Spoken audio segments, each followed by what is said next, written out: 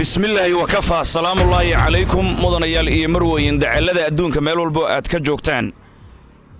inna lillahi wa inna ilayhi raaji'uun annaga ilaahay baa nale xaqiisaan u noqon doonaa anigoo ku hadlaaya magacayga aadan ingiriis kuna hadlaaya magaca warbaahinta ku bahawday koonfurta Soomaaliya afka qalaad loo yaqaan Southern Media Corporation SMC uu madax ka yahay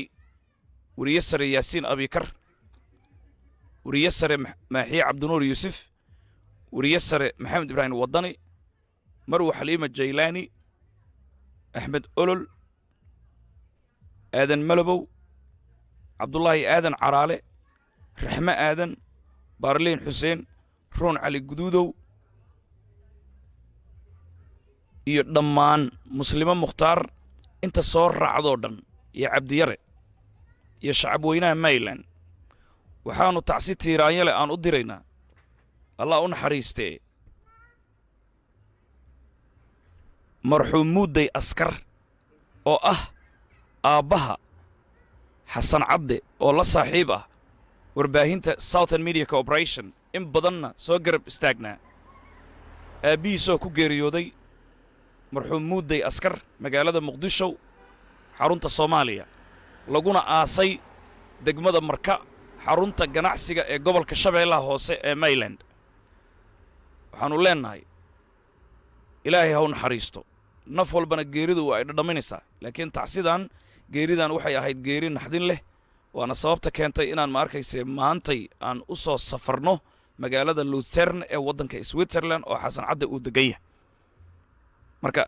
shacabka Soomaaliyeed meel walba aad joogtaan muslimiinta waxaanu codsanaynaa dhamaanteena in ducada aad ku beerisaan Ilaahay inuu u naxariisto jannadii firdaws ahayd oo ka waraabiyo marxuum Muuday Askar oo ah aabaha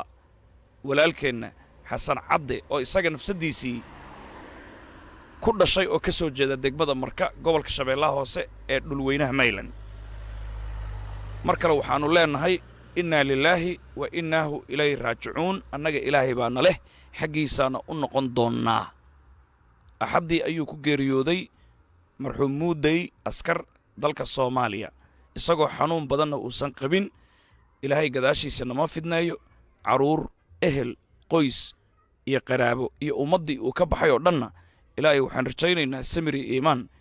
buuxa inuu ka siiyo isagiina jannatul firdawsa inuu eebe ka waraabiyo idama le jannatul firdawsa